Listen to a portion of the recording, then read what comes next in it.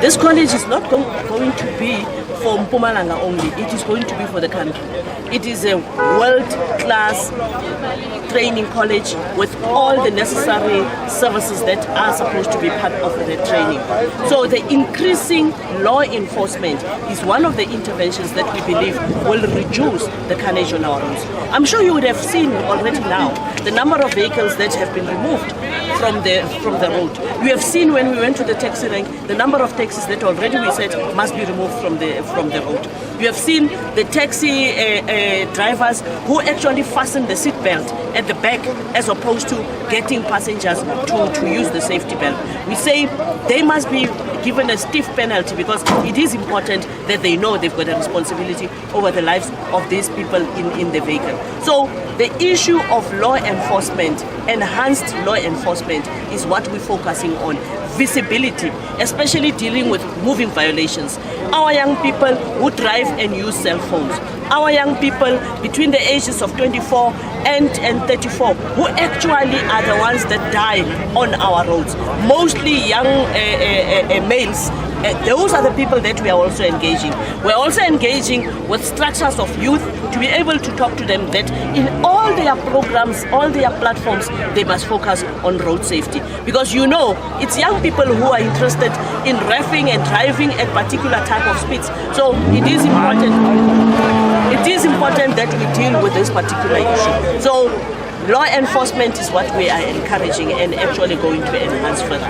So we are actually showcasing this to all other provinces that increase your intake.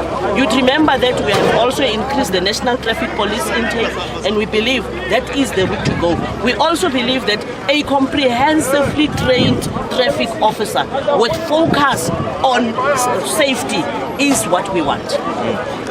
Minister, it's not all about the number of traffic officers. For example, there are traffic officers who are complaining at times to say that they work overtime, but they are not compensated. What is it that is being done to boost their morale?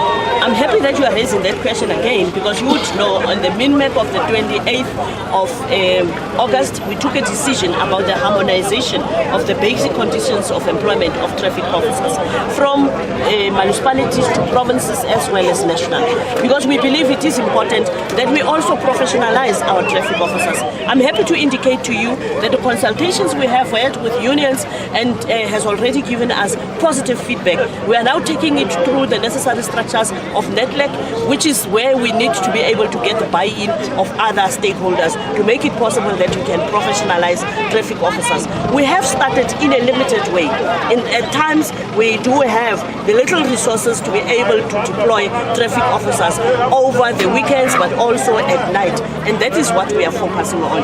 I'm happy to indicate that the first province to make a request for additional resources to make sure that there's 24-hour traffic officers is in Mpumalanga, and we are happy to say we did help them in the way in which we could do it. But we had to say, look at particular hotspots, but look also at particular areas which is a problem at night. So it is not universally available. We're still working on it. We need to have 3 shifts to be able to cover that. So that is why the training of traffic officers is very important, because out of this more than 20,000 that we have, for a vehicle population of 11 million, it shows you that the ratio is just too big. So we need to increase the traffic officers.